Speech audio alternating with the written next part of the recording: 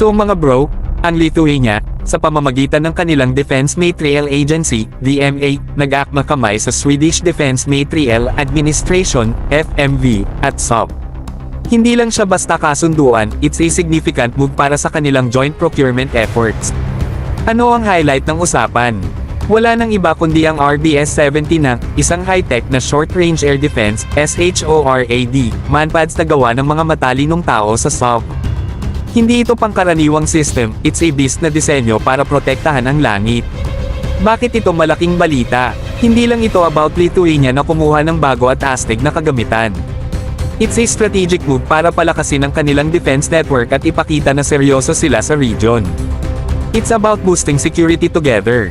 Picture this, ang RBS-70 ng puno ng high-tech na kagamitan ay ilalagay sa Oshkosh Joint Light Tactical Vehicle, JLTV. Ang partnership na ito ay hindi lang sa papel, it's a commitment para taasan ang level ng kanilang defense capabilities.